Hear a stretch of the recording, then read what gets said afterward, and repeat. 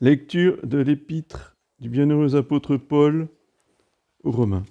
Mes frères, l'heure est venue de nous réveiller, puisque le salut est plus proche de nous maintenant que lorsque nous avons reçu la foi. La nuit est avancée, le jour approche. Rejetons donc les œuvres de ténèbres et revêtons-nous des armes de lumière. Comme en plein jour, marchons avec honnêteté, non pas dans les excès de table et dans l'ivrognerie, dans les impudicités et les dissolutions, dans les querelles et dans l'envie, mais revêtez-vous du Seigneur Jésus-Christ. Suite du Saint Évangile selon saint Luc. En ce temps-là, Jésus dit à ses disciples, il y aura des signes dans le soleil, dans la lune et dans les étoiles, et sur la terre, détresse des nations à cause du bruit confus de la mer et des flots. Les hommes séchant de frayeur dans l'attente de ce qui doit arriver à tout l'univers. Car les puissances des cieux seront ébranlées. Et alors on verra le Fils de l'homme venant sur une nuée avec une grande puissance et une grande majesté. Quand ces choses commenceront d'arriver, redressez-vous et relevez la tête, car votre délivrance approche. Et il leur proposa cette comparaison.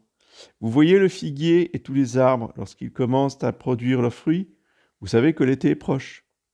De même, quand vous verrez arriver ces choses, sachez que le royaume de Dieu est proche. En vérité, je vous le dis, cette génération ne passera pas, que tout ne s'accomplisse. Le ciel et la terre passeront, mais mes paroles ne passeront pas.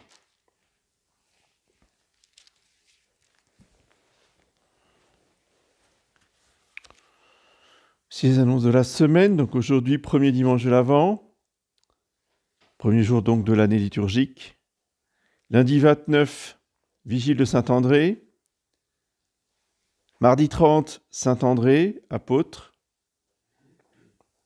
Mercredi 1er de la Férie. Jeudi 2, Sainte Viviane. Vendredi 3, Saint François Xavier. Samedi 4, Saint Pierre Chrysologue. Et dimanche prochain, deuxième dimanche de l'Avent. La messe aux horaires habituels, 9h tous les jours, 11h vendredi samedi. Avec samedi les confessions à 17h pour ceux qui le veulent.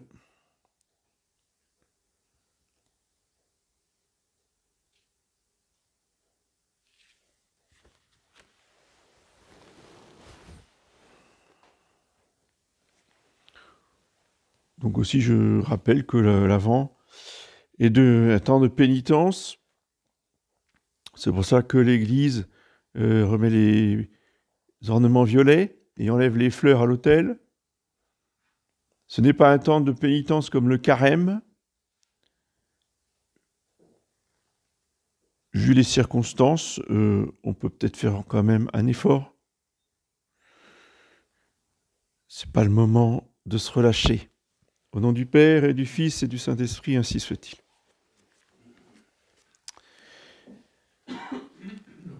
Voilà, mes bien chers frères, l'Église nous met devant les yeux le retour en gloire de notre Seigneur Jésus-Christ, ce qu'on appelle le deuxième avènement. Le premier est ensuite Noël. Évidemment, les deux se télescopent dans la vision que nous en avons à travers l'histoire de l'Église. Oui. Nous méditons à la fois la venue de notre Seigneur dans l'humilité, la pauvreté, la discrétion, et son retour dans la gloire, la puissance et la manifestation publique.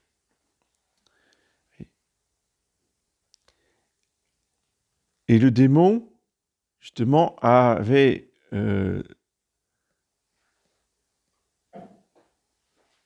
réussi ce tour de force dans l'esprit du Sanhédrin, dans l'esprit des savants, dans l'esprit des scribes et des prêtres, d'inverser les deux. Vous comprenez ? Parce que les Juifs attendaient il y a 2000 ans, c'était le retour en gloire. La puissance du Messie qui allait écraser les ennemis. C'est dommage, c'était l'inverse. Par contre, aujourd'hui, le démon fait la même chose. Vous comprenez? Il fait toujours l'inverse de la vérité, l'inverse des choses de Dieu. C'est tout ce que Dieu fait, mais à l'envers. Donc, nous attendons Dieu qui va envoyer son Fils dans la gloire et la puissance. Donc, qu'est-ce que nous propose le démon? Un Christ dans la discrétion, le côté ordinaire d'un homme comme nous. L'Antéchrist, bon, il manifestera effectivement sa puissance militaire, politique et tout ce qu'on veut, mais ça restera un homme comme nous. Voyez. Tandis que le Messie, quand il va revenir, ce ne sera pas un homme comme nous. Voyez. Il sera d'abord dans la gloire de sa résurrection, il sera tout lumineux, il viendra du ciel avec sa croix. C'est autre chose. C'est après la résurrection des morts. C'est autre chose. Parce que l'Antéchrist, il doit venir là, maintenant, au milieu de tout le monde, comme étant un super leader politique. Vous voyez, c'est pas du tout l'esprit du jugement dernier. Donc, le démon fait toujours les choses à l'envers.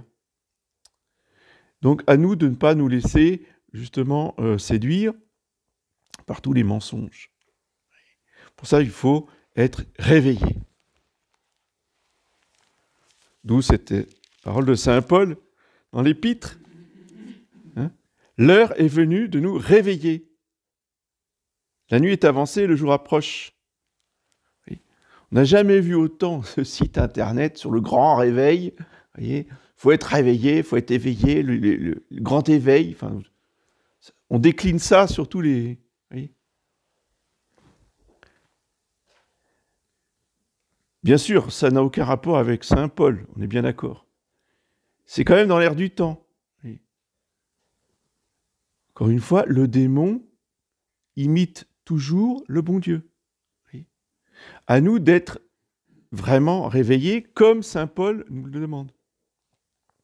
C'est-à-dire de fuir les œuvres des ténèbres et de nous revêtir des âmes de lumière, c'est-à-dire l'honnêteté, fuir les excès de table, l'ivrognerie, les impudicités, les querelles et l'envie.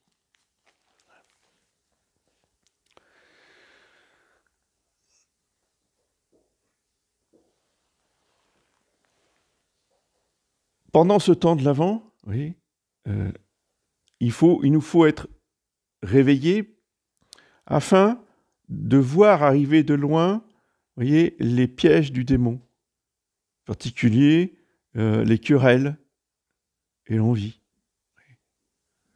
Alors, pas question de juger les gens, pas question de juger personne, mais quand on voit les deux évêques américains s'invectiver sur YouTube en public, on se dit, démon là est en train de travailler tout le monde. Alors, on reste loin de tout ça, on ne change pas ce que nous avons toujours fait, et on reste en dehors de tout cela.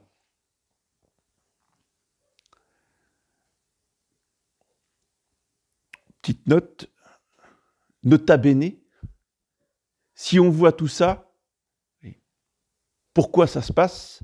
Au lieu de se scandaliser, oh, les évêques quand même, oh, les prêtres comme ça. Avant de s'indigner, savoir les causes. Pourquoi c'est comme ça? Parce qu'une fois qu'on sait les causes, ça n'énerve plus.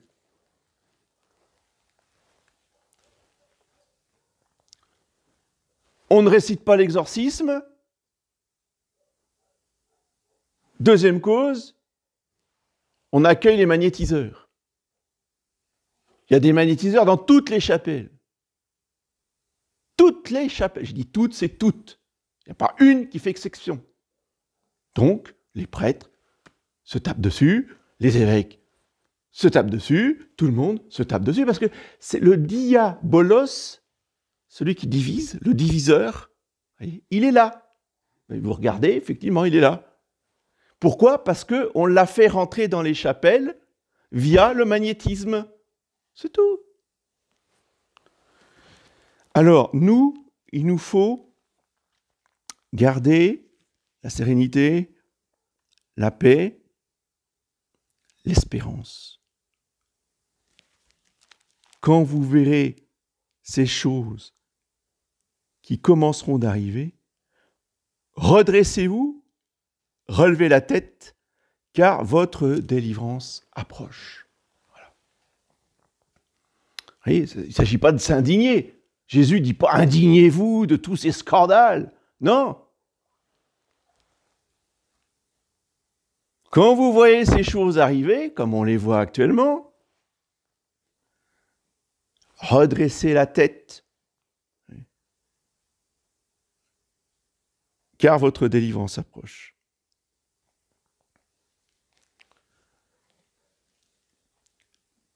La fin, le but de l'histoire de l'humanité, c'est le triomphe éternel du Fils de Dieu et de sa sainte Église, son épouse immaculée. Il ne faut jamais perdre de vue ce but. C'est pour ça que l'Église nous le rappelle chaque année au début de l'Avent, que toutes ces épreuves n'ont qu'un but, c'est de purifier les bons afin d'arriver au triomphe final du jugement dernier. Le jugement dernier, oui, ça a un côté terrible. C'est évident. Ça a un côté terrifiant. C'est évident. Mais pour nous, c'est notre délivrance. Vous voyez ?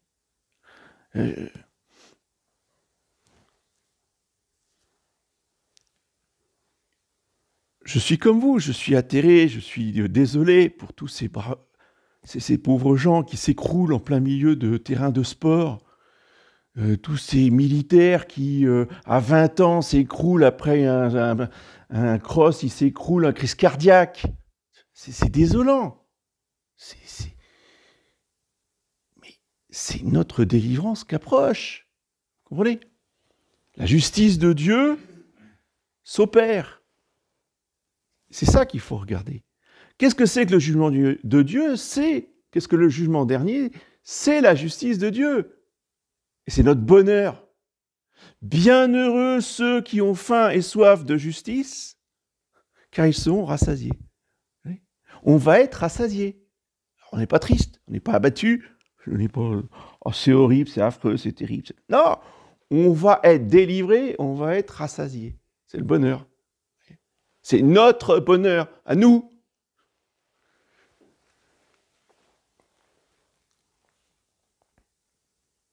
Cela doit aussi changer les perspectives de notre vie. Cela doit changer la qualité de notre vie. Comme le dit très bien Monseigneur Gaume, dont je vous recommande le petit fascicule, la vie n'est pas la vie. Il faut arrêter de considérer que notre vie sur Terre est un absolu. Non, ce n'est pas un absolu. Demain, après-demain, on peut avoir un accident et puis on peut mourir. C'est fini, terminé. Il faut être prêt à mourir quand Dieu nous rappellera, et nous ne savons ni le jour ni l'heure.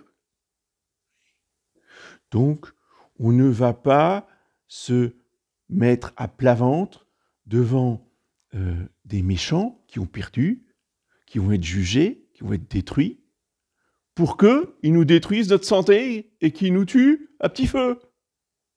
Parce que je rappelle que la piqûre, vous voyez, ça tue à petit feu. Ça transforme le sang immédiatement pour provoquer des microthromboses. Ce qui fait que les médecins disent, les gens sont fatigués. Oui, forcément, parce que le corps, il s'épuise avec ce qu'il y a dans le sang. Et dans 1 an, dans 6 mois, dans 1 an, dans 2 ans, ces gens-là, ils sont morts. Alors, est-ce que on va se faire piquer pour sauver notre vie sur Terre ou notre confort ou notre mode de vie actuel? Ou bien est-ce qu'on va résister, oui, jusqu'à la mort à cette société antichristique? Oui.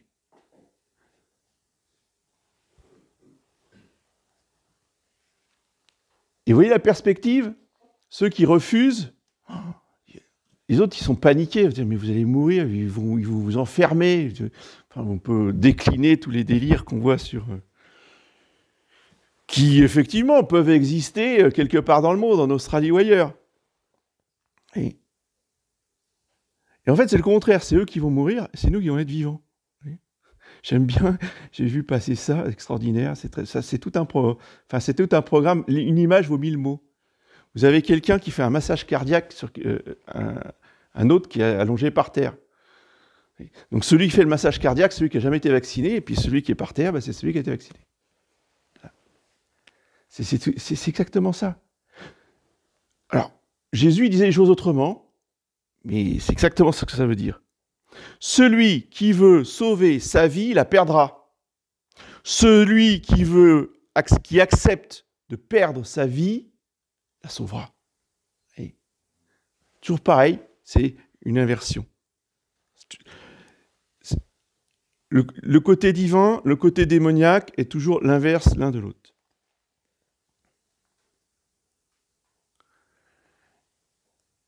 Parce que nous, notre vie, elle est éternelle. Nous, notre vie, elle est faite pour le ciel. Et ce que nous rappelle l'Église aujourd'hui en nous faisant méditer le jugement dernier, c'est que nous, notre corps, il est fait pour le ciel. Oui, il va passer par le cimetière, mais ensuite, c'est ce corps-là que nous avons là aujourd'hui, maintenant, qui ressuscitera à la fin du monde. Pour une éternité de gloire, pour une éternité de bonheur. Et il nous faut méditer ces grandes vérités pour fouler aux pieds les peurs, les craintes, les angoisses, les menaces de ce monde de ténèbres. Nous sommes plus forts que le monde. Pourquoi ? Qu'est-ce qui a vaincu le monde, nous dit saint Jean ? Eh bien, c'est l'amour de Dieu, c'est la croix de Jésus-Christ qui a vaincu Satan et qui a vaincu le monde. Où est-elle, ô mort, ta victoire ? Chantons-nous au moment de Pâques. Où est-elle, ô mort, ta victoire ? Il n'y a pas de victoire sur nous. Oui.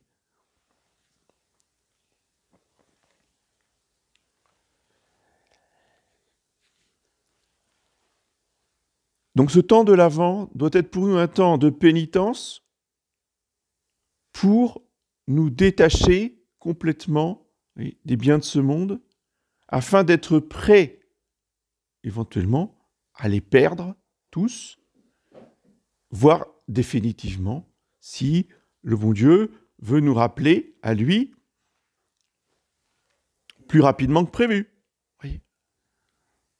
C'est uniquement dans cet état d'esprit d'amour et de méditation du jugement dernier que nous serons rendus invincibles. C'est le secret de l'invincibilité. C'est ce qui a fait marcher à l'échafaud tous les catholiques au moment de la Révolution française. Et de faibles femmes, âgées en plus, qui regardaient leur bourreau droit dans les yeux, en lui disant « Nous ne mourrons jamais ».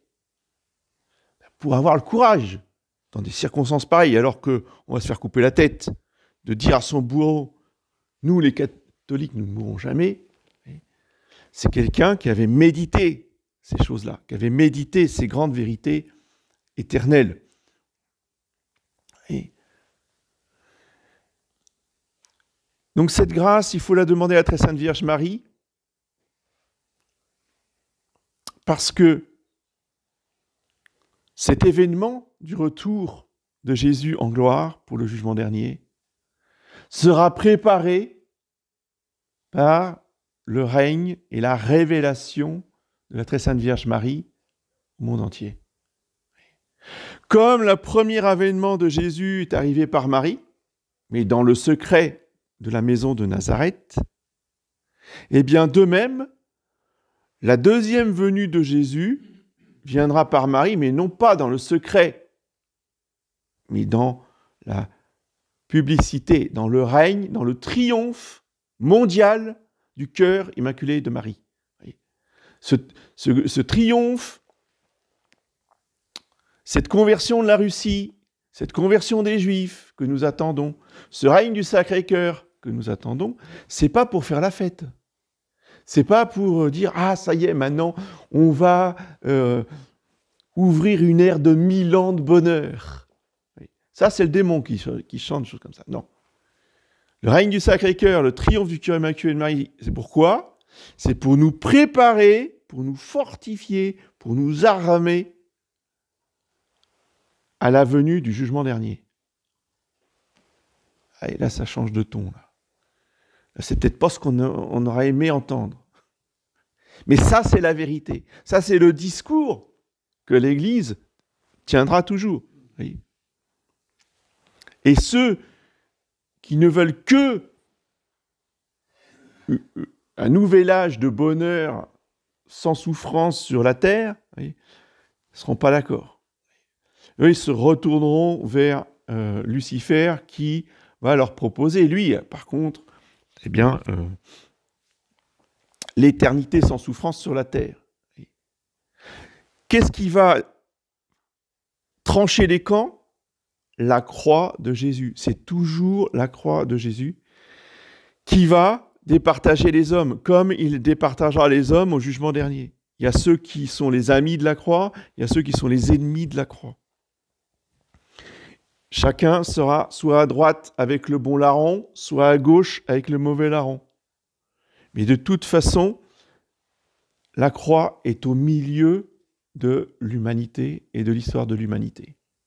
Et ces temps qui arrivent jusqu'au jugement dernier, voyez, ne font faire que amplifier ces deux camps, ces deux étendards, l'étendard de la croix, l'étendard de la fausse lumière luciférienne. Tout cela, cette guerre, cette opposition, cette préparation sous l'égide, sous le gouvernement, sous la direction du cœur immaculé de Marie.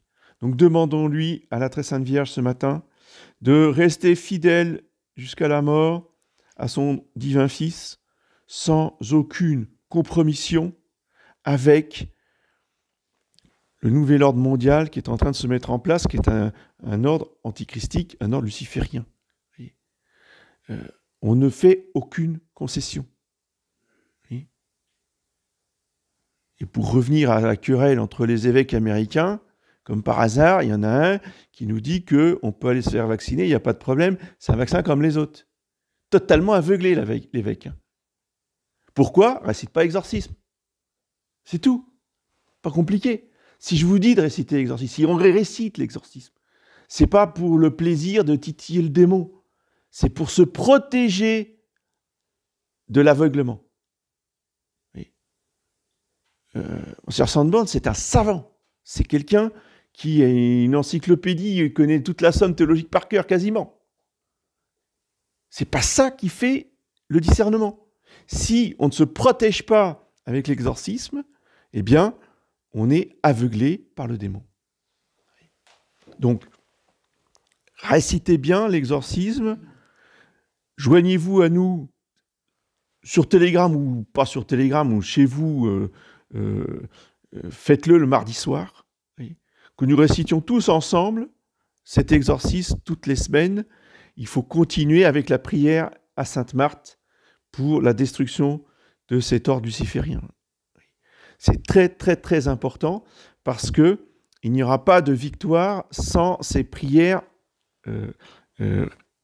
répétées avec conviction, voyez, pour que le ciel et que la très sainte Vierge Marie écrase la tête du serpent. Au nom du Père et du Fils et du Saint-Esprit.